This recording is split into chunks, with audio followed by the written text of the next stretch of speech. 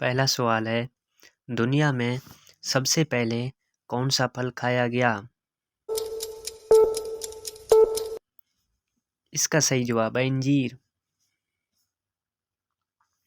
दूसरा सवाल है, वो कौन सी चीज़ है जिसे खुश्की पर नहीं खा सकते, इसको खाने के लिए पानी में जाना पड़ता है?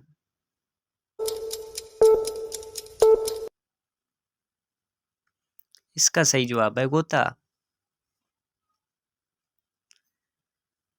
अच्छा, अगला सवाल है, वो कौन सी चीज़ है जिसे कोई नहीं तोड़ सकता? इसका जवाब है साया। अच्छा, ये बताएं, ऐसा क्या है जिसे सिर्फ एक बार देख सकते हैं?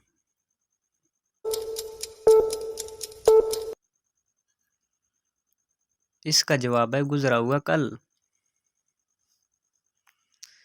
अच्छा, अगला सवाल है, वो कौन सी चीज़ है जो नाक पर बैठकर आपके कान पकड़ती है? इसका जवाब है चश्मा। अच्छा, ये बताएं, ऐसा क्या है जिसे सिर्फ आप देख सकते हैं और कोई नहीं देख सकता? इसका जवाब है आपका ख्वाब।